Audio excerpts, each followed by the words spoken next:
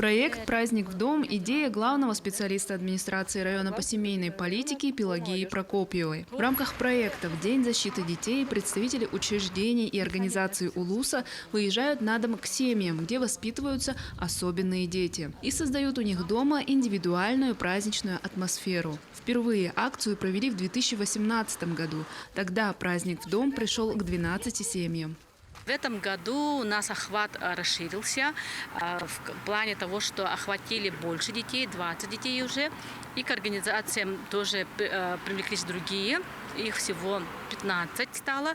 И даже присоединились к нам индивидуальные предприниматели. Были те, которые даже сами пожелали, услышав, что идет такая акция, присоединиться к нашей акции, что было, конечно же, очень отрадно как организаторам. В этом году праздник в доме Платона Романова из города Покровска решил устроить местный офис Алмаз-Эргенбанка. Руководитель лично пришел поздравить мальчика с Международным детским днем. Поинтересовался, как у него дела, и подарил телескоп. Расскажи, почему ты захотел именно вот этот подарок? Я просто не видел, как там, большую медведицу. И в этот раз я посмотрю. А к 11-летней Алине Ивановой из поселка Махсагалоха пришла в гости Аксюша. Аксюша – это розовая корова, символ бренда якутской натуральной продукции «Окси». Алина, вообще расскажи, как у тебя дела?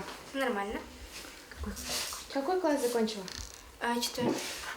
Аксюша поболтала с маленькой Алиной и вручила то, о чем так мечтала девочка – умные часы. И вдобавок пакет с продукцией бренда.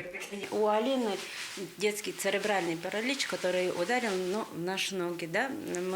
Ей очень трудно передвигаться.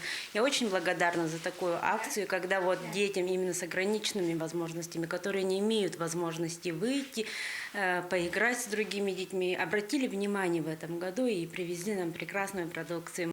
Помимо Покровска и Махсагалоха, акцию «Праздник в дом» также провели и в заречном селе Титабя. Акция будет проводиться ежегодно 1 июня.